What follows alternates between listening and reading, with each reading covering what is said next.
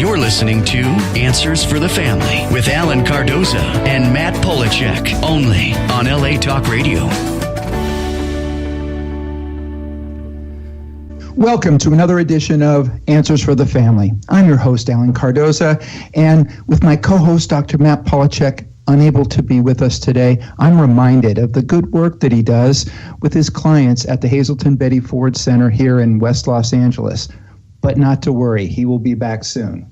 Now, for those of you that have been listening, sending in questions and comments, thank you so much. I can't tell you how great it makes us feel when we get your comments that not only talk about how we're doing, but it talks about how much you're enjoying listening to our guests. And please continue to help spread the word that every Monday from 11 a.m. to noon Pacific time, this show will bring you special guests that can inspire, educate, and in some cases entertain while bringing answers and options to making your lives happier, healthier, and more successful. Now, this show will address issues such as locating a runaway teen, family crisis intervention, building self-esteem, dealing with addictions, and so much more. We will introduce you to talented authors, caring people, and new innovations in the areas of health, security, and fun for your family. Now, with our experience working with families in crisis, we've been fortunate to meet and work with some of the top professionals in many of the helping fields who are all working to make this world a better place for all of us. Now, today, we're going to talk a little bit about being together, or sometimes being together and why it doesn't feel that way. You know, many of us were raised not to show our emotions, or found that when we did, we felt deep emotional pain. Now, take that and fast forward to becoming an adult. How do we deal with emotions? For some, we bury them. But how does that affect those around us? Well, living with an emotionally absent partner can be overwhelming. Constantly overcoming a silent distance can leave the sense that, the give and take in our relationship has disappeared. But according to our guest today, even the most broken relationship can be reinvigorated. Now, to share more about this is Dr. Holly Parker, or Dr. Holly as she's more playfully known. Dr. Holly is a psychologist with a passion for walking alongside people as they invest in their future selves by cultivating a more enriching, vibrant life in the here and now. Now, she obtained her PhD in experimental psychopathology from Harvard University, where she conducted research and was a Karen Stone Fellow and Sackler Scholar. Now, having a desire to uplift people through human connection also, Dr. Holly re-specialized in clinical psychology at the University of Massachusetts Amherst. Presently, she engages in clinical work, teaching, public education, and writing. She's a lecturer at Harvard University, where she teaches the psychology of close relationships. And she is the author of 2 books, When Reality Bites, How Denial Helps, and What to Do When It Hurts. And her latest book, If We're Together, Why Do I Feel So Alone? How to Build Intimacy with an Emotionally Unavailable Partner. Now, she also delves into an assortment of topics on her blog and in media interviews through outlets such as Self Magazine, Glamour, Cosmopolitan, Prevention, Chicago Tribune, the ABC News, and many more. So with no further ado, Dr. Holly, welcome to Answers for the Family. Oh, thank you so much, Alan. I just really want to start off by saying that I hope you're having a beautiful day. I hope your listeners are as well. And it is such an honor to be on your show. I just really applaud the work that you do where families can improve their relationships. That casts a long, bright light over the course of people's relationships in the years to come. And by extension, it really uplifts their quality of life. So keep doing what you're doing. Really amazing work. Thank you so much for that. And when Jan, our producer, told us about your book and about this subject, I was really looking forward to it because I think that many of us come from a generation where, and maybe more so with males, we were not really trained to show our emotions. And so what you've done as far as putting together a book and talking about it and getting all of us to talk about it a little bit, I think has huge benefits for anybody who has been in that situation, either as the person who has not figured out how to explain and how to project their emotions, but also that person who is in that relationship with them. So thank you for addressing this. Oh, I really appreciate that. And, it really is something when we think about relationships. I mean, you mentioned generational factors. You talked about family. I mean, we do not exist in a bubble. I mean, we are nested within our relationships. We are nested within our larger social circle. We're nested in a culture, and it's pretty amazing how, if we think about all of these different layers, they are all impacting each other. And that's also true when we think about family units. Families, just like culture, just like couples are their own little culture. Couples all have their own norms, their own ways of doing things, ideas about what's acceptable, what's not. Certainly, families have that too, and families can transmit, and they do transmit, very different messages about what emotions, whether it's okay to air emotions at all, or in some cases, maybe some emotions are considered okay and others are considered not. There are cultural transmissions within families about what one can expect from the people in their lives. Can loved ones be relied on? Can they are they people who we can really depend on and reach out to? Or is it the case that sometimes they're there, sometimes they're not, and we don't know what's going to happen, or maybe they're never there, and all of those things, those messages we certainly take with us. And they're immensely influential. Thankfully, they're not. They don't have to be destiny, but they certainly are influential, and they can cast a long shadow in the relationships that we have in the present. Well, and I love the fact of your point of it doesn't have to be destiny. Now, as I said in your introduction, you started in research. So when you decided to write this book, tell us a little bit about your research, because I know as someone who has traveled around the world, I find that when I'm in a different culture, they have completely different ways in which they either show emotion or choose not to. Absolutely. I mean, for me, where I really, in the context of my research, I came into the field of relationships really from the perspective of loss. I did research on coping and resilience in people who'd lost loved ones to suicide. Such a difficult, painful loss, and really explored with people how they navigate that, how do they come to terms with it, how do they rebuild their lives, and from there I really continued, trying to learn about relationships, teaching about relationships, extending that into my clinical work. Once I became a clinician, it's amazing to me. It never ceases to surprise me how influential relationships are. I mean, in everything, and when we think about the quality of our lives, one of the things that I invite people to do just to help them get a visceral sense of this, and I would invite your listeners to think about this too, just imagine all of the moments in your life when you were at your best, when you felt on top of the world, when you felt just delightedly happy, you felt safe, you felt secure, life feels meaningful, and oftentimes those moments aren't ones that are solitary. They happen in the context of the relationships we have with others. And on the flip side, when we think about those moments of despair, of feeling alone, of really wanting to reach out, but feeling just so sad or so angry or whatever it might be, oftentimes, the vast majority of the times, those those moments involve relationships too. So, I mean, they color our lives in these powerful ways.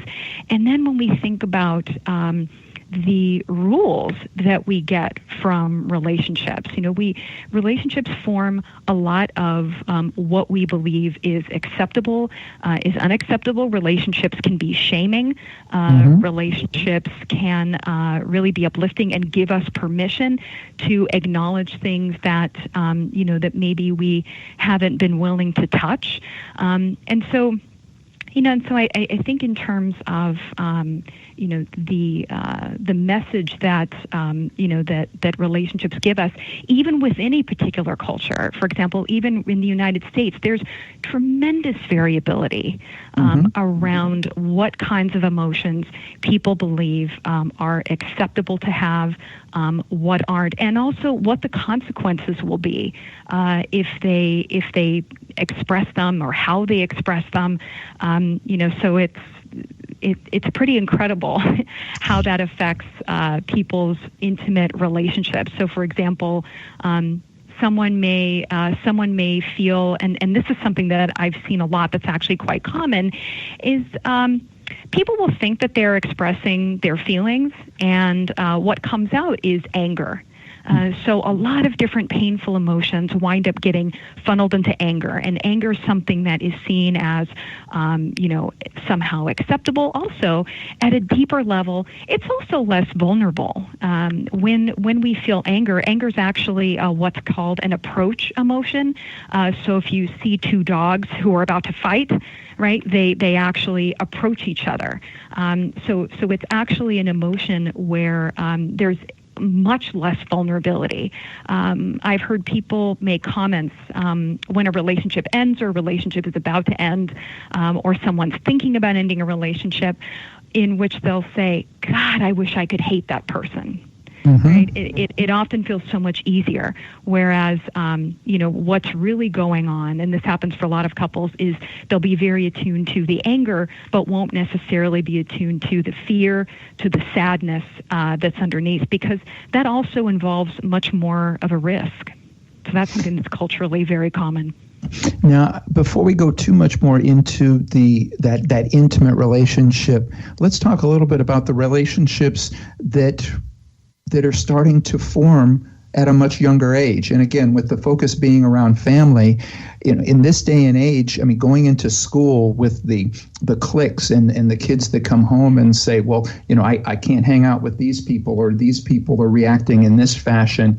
What are some of the things that we can do for our children to get a couple of steps ahead as they go through those years? Yeah, that's a wonderful question. I think that one thing that's really important is that when we have children in the home, right? It's such a dilemma for parents, because we can manage the talking about culture, right, within families. We can manage the culture that children are in at home, but then when they go out to school, that's where it gets a lot harder, right? Because they're exposed to all kinds of difficult elements, and it's really painful to see them go. And it's like so many parents really want to be able to protect their kids and help their kids to feel loved and safe and secure, even when they're outside the home. And one of the challenges is that for kids, there is, let's be honest, there is enormous pressure that kids face to conform. Research actually suggests that conformity, especially as kids are heading into their teen years, preteen, going into their teen years in high school, reaches a peak, and then the desire to conform starts to level off, a bit more as people go into college. So there's this, angst that a lot of people feel to try to fit in. They want to be accepted. They're in this weird nether space of trying to, they're not children anymore exactly, but they're not adults either. They're not totally in the home, nestled with their parents as much anymore, but they're not all the way out on their own. And so there are, relational issues that are in play. There are developmental transitional issues that are in play. And I think I think a couple things are really important. When we think about the idea, and this goes back to, some of the research on early development and attachment. As humans, we have these two competing needs. We need connectedness, and we also need a sense of autonomy. And for children, this desire to, both, kind of go out and explore, but also exploring is a lot easier if they know they have something steady to come back to. An example that I like to give people when I'm teaching this concept is I'll say, when you left your apartment or your home today, did you worry at all about whether it was going to disappear or whether it was going to be there when you came back for the most part? And people look at me like I'm a little bit crazy and like, what are you talking about? Why would I worry about that? And I say, okay, so you don't think it's going to disappear on you? And then, no. And so you feel like you can pretty confidently go out, live your life because your home's waiting for you steady. But what if sometimes when you came back, it was gone? It just vanished. How would your behavior be different, right? And typically, people agree that they would maybe hover more. They would be less secure. They'd be more afraid as they went out into the world. They wouldn't have the sense that they could take on the things they want to take on. And in fact, if their home was never there, then they would feel like, they wouldn't even reach back to it to depend on it. They might even shut off and pretend that they don't care. So if we think about kids going out into their world, into this world that as parents, we don't have any control over, and they're dealing with kids that, there can be kids who are very nice, and then there can also be bullies, and there can be this, pressure to conform, and, a lot of different pressures that kids are dealing with, especially when we think about, the pressures to succeed in school, all the different extracurriculars, comparison with their peers who are, really pushing themselves hard. That's a lot for kids to go out into the world with. And so one of the most important things that parents can do is to provide that secure foundation for their kids, because if kids know that they have a steady, supportive home where they can come back and they can talk about what their feelings are, that their emotions will be heard, that their needs are honored, that they get quality time with their parents, that is one of the biggest and simplest gifts that parents can give. And it can be hard because families are busy. Parenting is a full-time job. It can be difficult. And, and sometimes I think well-intentioned parents can try to smooth over a child's fears, right, by maybe reassuring them or trying to take away the problem. And not that reassurance is a bad thing. Reassurance is a beautiful thing, but also making space for a child's feelings, for those fears, for those anxieties, and recognizing that, even though it may seem silly, right, at some level, parents may go, oh, God, you know what, you're not going to care about what this other kid thinks in a few years. Don't even worry about it, right? But even though that is a very understandable place to come from, because the parent is on the other side of all of that drama. Been there. Yeah, been there, exactly, right? And it's not that kind of reassurance can't happen, and to say, you know what, trust me, in a few years, you're going to be, you're not even going to care. But also to make space for the feelings that are there. So both to listen and to reassure. Because the more that kids feel like they've got a secure foundation to come back to, that they can depend on their parents, and they know that no matter what happens, that there is emotional safety, then that's the biggest gift. So, for example, one thing that parents can do is, and this is something that often doesn't occur to parents, I think, because parenting is such a full-time job, is to take care of oneself. The literature on relationships shows that when we're good to ourselves, when we're self-compassionate, when we take good care of ourselves, we're actually better partners, we're better parents, we're better friends in general. So for parents to take care of themselves and also focus on nurturing the relationship with their child as much as they can. The second thing also is, I think that one thing that parents can do, and this gets at the second piece, is when kids go out and explore. I think well-intentioned parents, there's a lot of talk about parents who try to, and a number of articles that have been written on parents who, from a well-intentioned place, try to shield their kids from difficult interactions. They try to intervene perhaps too much. And even though this comes with good intentions, ultimately, growth, there's growth that comes from struggle.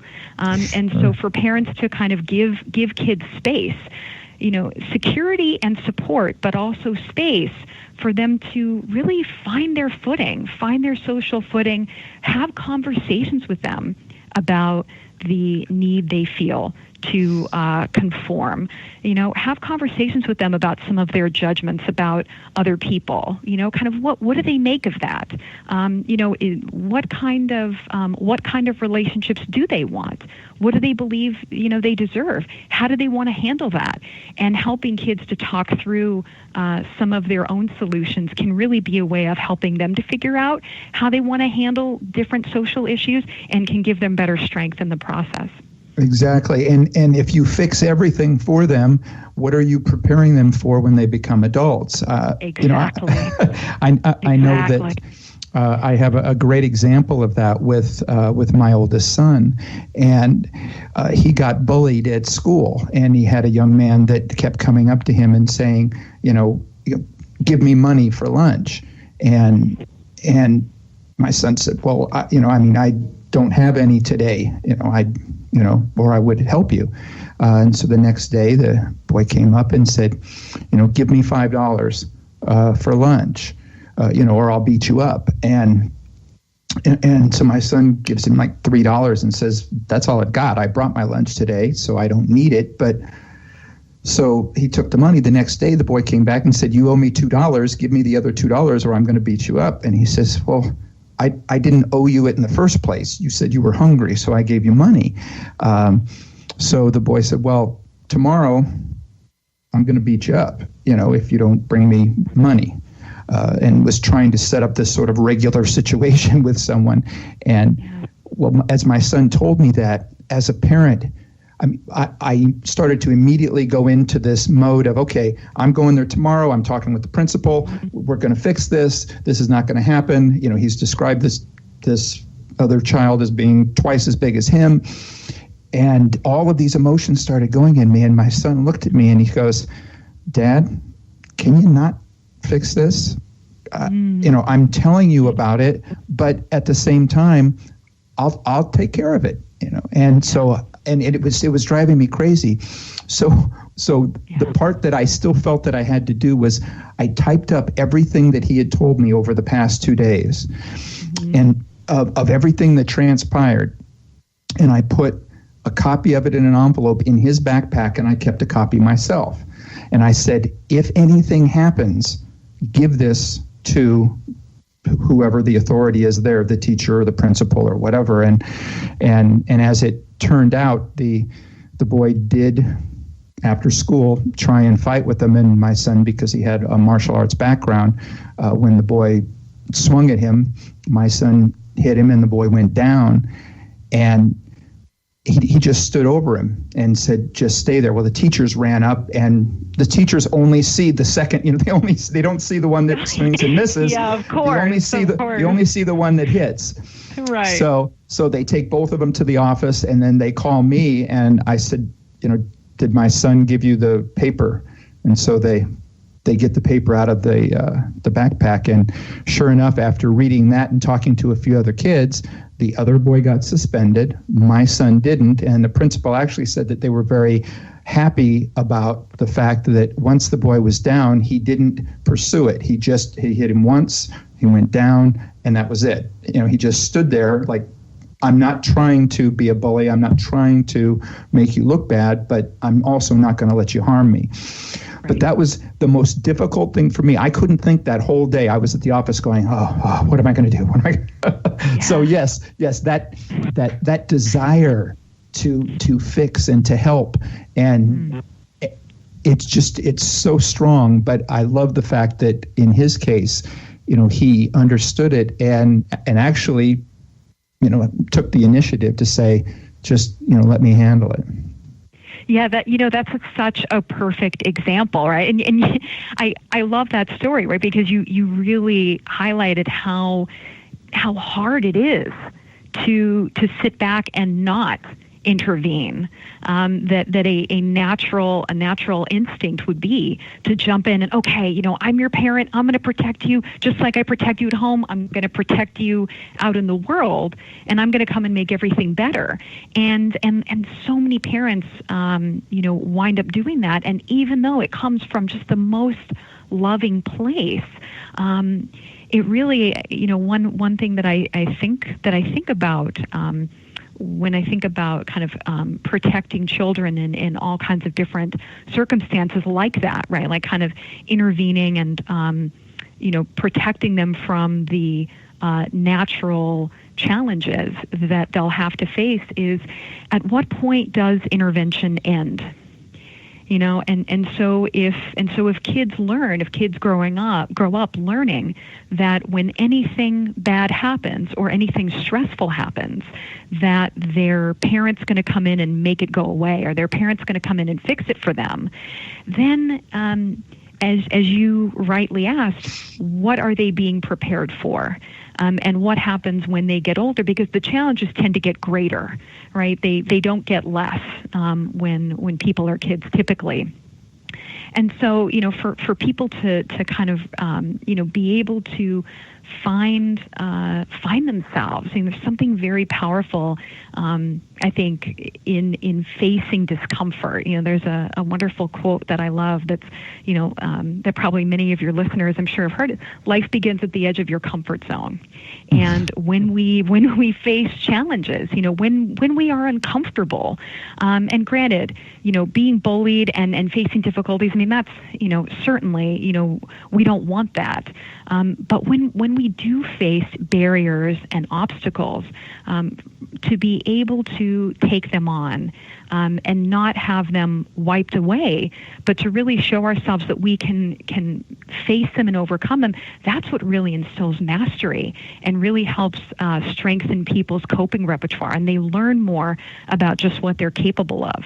And I'm sure your son, thanks to your willingness to show restraint and to both give him security and give him space, he found a lot more mastery. Yeah, and it set him up in such a way that, nobody ever, for the rest of his time at that school, ever even thought about bullying him. So it was, it became a true win-win situation in the sense that, he didn't want to have to hit anybody, but once he did, it was a matter of, okay, nobody's going to now do that again. And he learned that if he does stand up for himself, which obviously he carries into adulthood. So now we are talking about our emotions. We are talking about as far as, if we're together, why can I feel so alone? We've been talking about how it relates to children. We're going to take a break now, but when we come back, we're going to talk a little bit more about how it relates in our own intimate relationships. So stay with us. You're listening to Answers for the Family. Founded over 25 years ago to meet the needs of families in crisis, West Shield specializes in resolving adolescent issues that negatively impact the family. From preteen to young adult, we are experienced and qualified to help. We offer solutions which include referrals to a network of top professionals internationally that we work very closely with in the fields of educational consulting, psychology, and psychiatry. Our in-home crisis intervention care program helps to stabilize families and bring effective resolution. We are supported by our licensed investigation company that enables us to offer legal and expert services for locating runaway teens and more. Our therapeutic transportation services help to ensure that adolescents in crisis are safely provided transportation to specialized schools and programs with unmatched experience and success. Simply put, West Shield Adolescent Services is the best solution when your family is facing personal crisis. Call 1-800-899-8585 and let us help you. And we're back. We're talking with Dr. Holly Parker, and we are discussing her new book, If We're Together, Why Do I Feel So Alone? How to Build Intimacy with an Emotionally Unavailable Partner. So, Dr. Holly, let's go right into that part of it. How can we create more of a healthy emotional it's actually so. I just love that question because whenever I talk about how people can build relationships, I think it hits on something that is one of the most fascinating aspects of relationships. And by the way, this applies not only to intimate romantic relationships, but also to all kinds of relationships. The relationships we have with children, with parents, with friends. So across the board, these pieces really apply because in the end, relationships are far more similar than different. And there are actually two ways that we can build connectedness. One way is the way that, you might typically think of it, right? So how we behave toward somebody else. But then there's another really fascinating way, and that's actually what we do in what I call in an in-house way, the way that we think about our partner, the way we think about the relationship, the way that we feel about ourselves. It's very tempting, I think, and this is something that many people can overlook, understandably, because it's definitely not an intuitive thing at all, that how we think about the people in our lives actually affects how we behave toward them. It leaks out in these really subtle ways. So I'll talk about a few ways that we can change how we think about a romantic partner, and then also address a few ways that we can behave differently toward a partner to turn the tide. One way in terms of how we think about a partner, the first would actually be being mindful of goals and having approach goals rather than avoidance goals. So approach goals are the way that we think about opportunity in a relationship. It's when we think about how we can be a better partner, ways that we can love our partner better, make our partner laugh, surprise our partner, show our partner how much he or she is loved. It's really the equivalent of what I think of as the carrot hanging out on the stick. It's what you're chasing in the relationship. That's different than avoidance goals, which are really more like potholes in a relationship that you're trying to avoid, right? So it's more, what if I say this thing and this person gets upset? Or what if I do this and the person rejects me? What if I take this chance with my partner and there's a problem? So approach goals are really about making the relationship better. Avoidance goals are about just preventing it from getting worse. And sadly, when we think from a more negatively based avoidance goal place, our relationships are actually more likely to decrease. So the more that we can think in really positive ways about what we're aiming for rather than what we're trying to avoid, that's a really important start.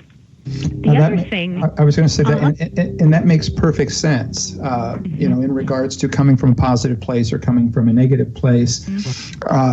And how much of this do you think is the fact that we seem to be getting so much more negativity dumped on us, be it the media, be it social media? There's so much more negativity.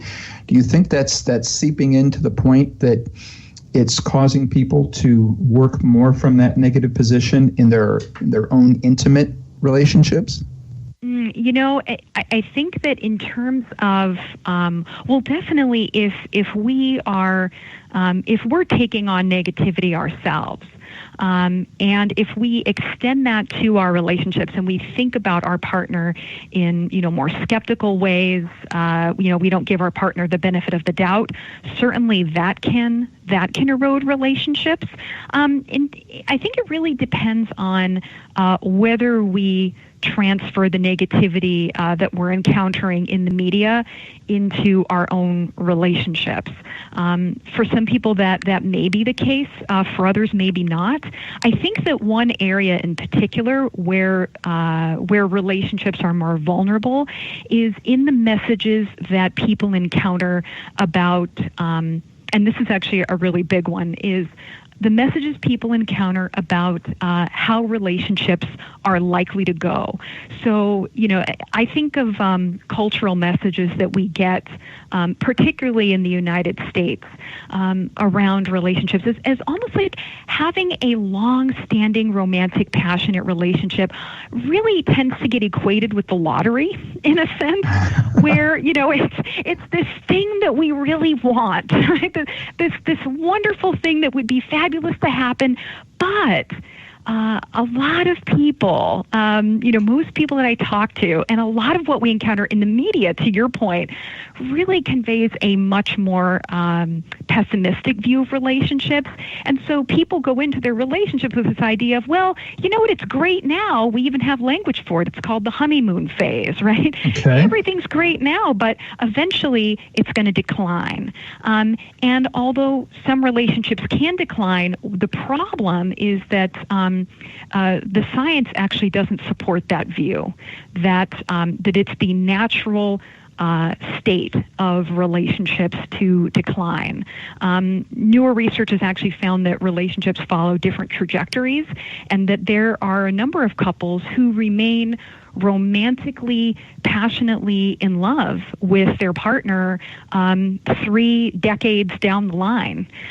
So, it's something that is eminently achievable. But the problem is if people buy into that idea, and they think that, well, my relationship's it's gonna go downhill, or it's gonna be so-so, then what people wind up doing is justifying difficulties in that way, right? Or they may not really understand the actual power that they have to elevate their relationship in these really beautiful ways. So people wind up saying things like, and I've actually heard people make comments like this of, well, okay, so, just wait till someone's been married for so many years, and then see how happy they are.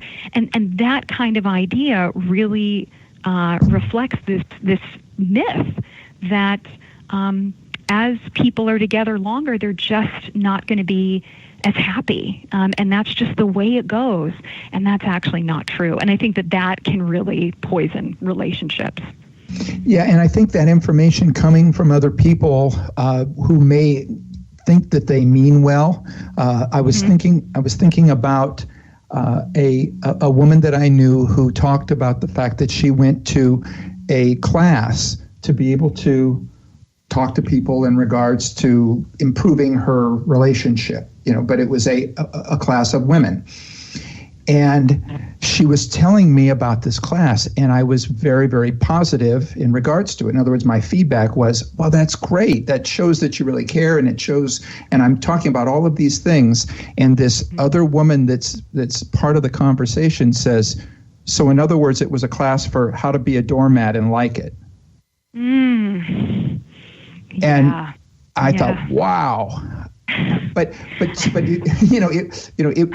it was telling her things that she can do that makes her husband happy. I mean, so, but for somebody else, so I think somebody who maybe had their own negative issues or whatever, interpreted something that on the one hand I thought was great, and and somebody else would plant an incredibly negative view of it. So yes, that's why I said I love the fact that you're talking about the avoidance goals. It's coming from a negative place, and there are unfortunately people that are going to try and keep pushing things into that category.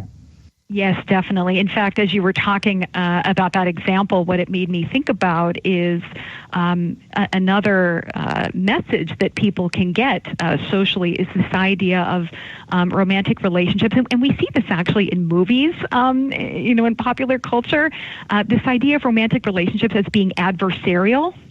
And that there's kind of one side that you have two people on, each side of the fence, or that's this idea of a power struggle, and the idea of really striving to make a partner happy. Of how do I make this person's life, who I love so dearly, how do I make their life better? We strip away, these ideas, which really aren't true, about relationships being adversarial, about the idea that they're going to decline. Also, if I could put this out there, the idea that there's a Mars and a Venus. Actually, the science shows that men and women are far more similar than different. And that they want connection, and that they want the same things in a partner. When we really strip that away, we just think about two people who love each other. And that's really what this is about. This isn't about one person one-upping the other, or that if someone tries to make their partner happy, that they're being a doormat. In fact, this is about really showing someone love and building trust. And I think that it kind of reflects another idea, which is another aspect of building connection, is just as we think about approach goals and trying to elevate the positivity in a relationship, another important dynamic is reducing negativity. And I thought about this when you mentioned the idea of being a doormat. I think one idea that people have, that many people can have, is that if they try to continue to be polite and courteous and loving, even when their partner isn't being his or her best self, that makes them a doormat. Or that somehow by coming back and showing just as much anger, really getting into the dirt with someone, that somehow that's leveling the playing field. And actually it's not. The good news is that it takes two people to fight. If one person refuses to do it, and one person continues to remain kind and loving, a fight cannot get off the ground. And even though, people can be angry, they can be hurt, they can be upset, and they can still talk to their partner in a kind way. They can still and it's not about kind of putting negative emotions under the rug and pretending they're not there. Partners can say, I'm feeling really upset with you right now. I'm really angry right now, and I'm really struggling with this. There are ways for people to do that without calling each other names, without trying to win a battle, because in the end they wind up losing the war in terms of the quality of the relationship. And so for people, to really think about, to be careful if they're going to go negative, to be very careful. John Gottman actually showed in his research with tons of couples, looking at what they say to each other, their nonverbal behavior, that the ratio of positive to negative interactions in order to have a truly thriving relationship is 5-1. That means 5 positive comments, 5 positive moments, 5 positive nonverbal expressions like a smile and a hug, a laugh, 5 of those for every 1 negative comment. And in couples who wind up not doing well or wind up going on to divorce, the ratio is actually 1-1. So, kind of balancing out a positive for every negative doesn't do it. The negative actually means a lot for people. It affects people. And so to really offset that with a lot of positivity is important. And so if we can find ways to think about the kind of relationship we want, what kind of what kind of relationship culture do we want to instill with our partner? Do we want one where, the idea is that if we're kind, that's considered being a doormat? Or do we want one where being kind is a part of showing love and a part of being the partner who we really want to be, tapping back into those approach goals? Now, how does someone deal with that when it doesn't appear that it's 5-1 on both sides? So I think that you have a level where you can have two people that come in and they appear to be secure and they fall in love, and then part of love sort of brings on a vulnerability. Now, once you have that vulnerability and you start to see things, and then an insecurity starts to creep in if one person's doing a 5-1 and the other's doing a 1-1. And then you have that feedback of the people on the outside that are your friends that are looking in and think that they're helping, saying, see, you're now being a doormat, or see, you're now being taken advantage of for whatever reason. How do we fight that and communicate it in such a way that it doesn't get to that point? Very similar to the name of your book, where you're together, but you're feeling alone. Yes. I think that one thing is for what can often happen is when there's a 1-to-1, the other partner, where a relationship can really kind of slide down is if the other partner also gives in and starts behaving in a more negative way. And that could be either through being more critical, or that could be another thing that can happen is begging and pleading with the person, right? Like, why aren't you talking to me? Why don't we cuddle anymore? Right? What's going on? Right? Please, you've just got to do something differently. I'll leave if you don't stop this. So those kinds of efforts to change, oftentimes what people will do is they won't actually maintain that 5-to-1 ratio.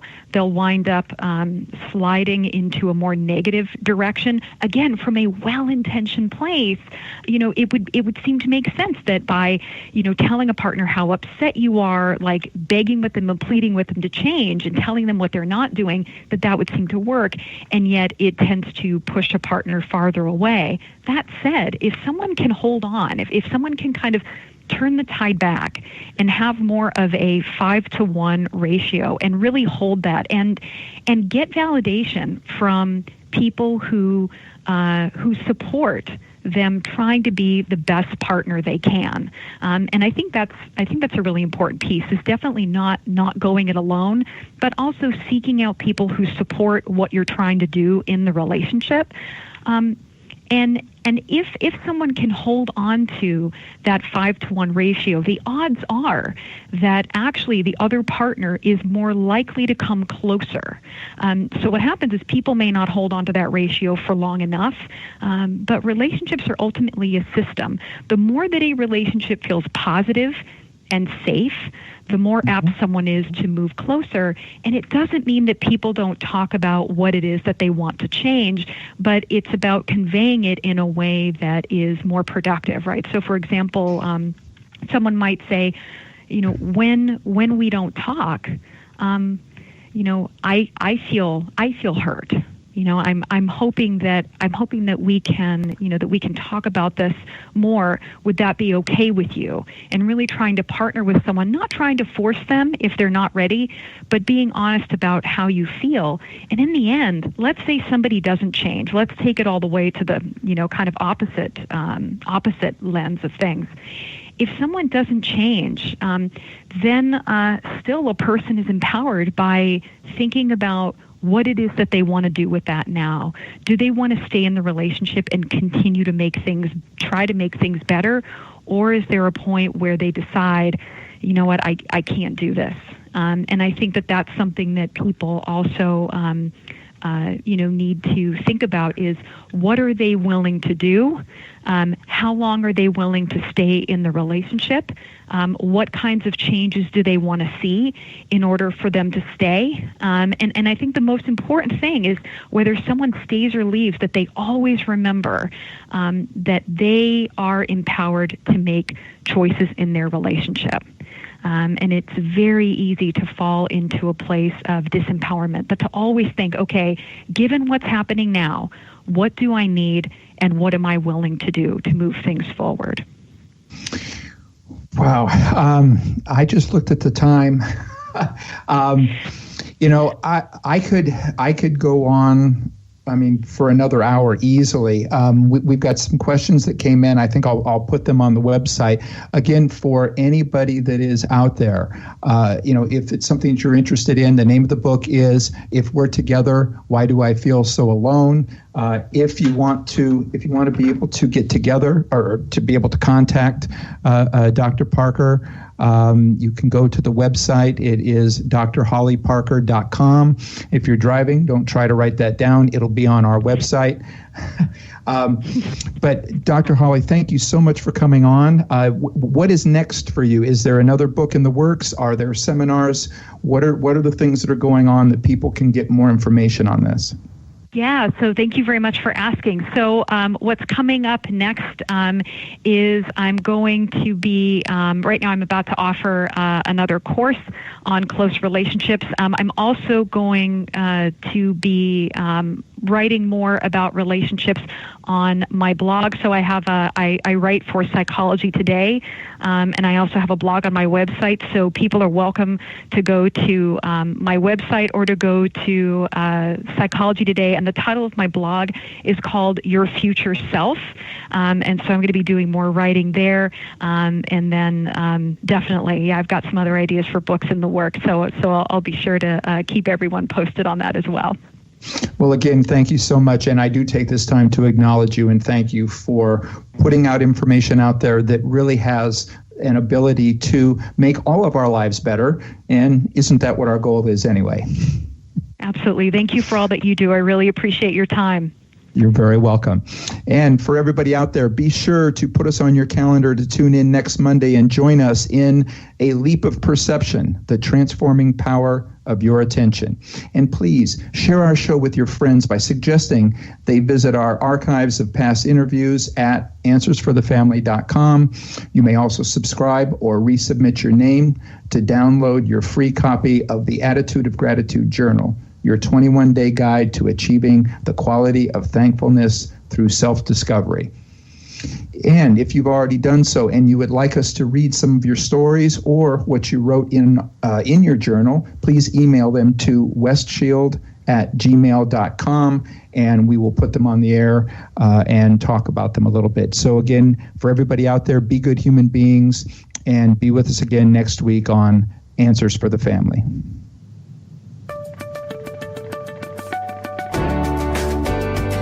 You're listening to Answers for the Family with Alan Cardoza and Matt Polachek, only on LA Talk Radio.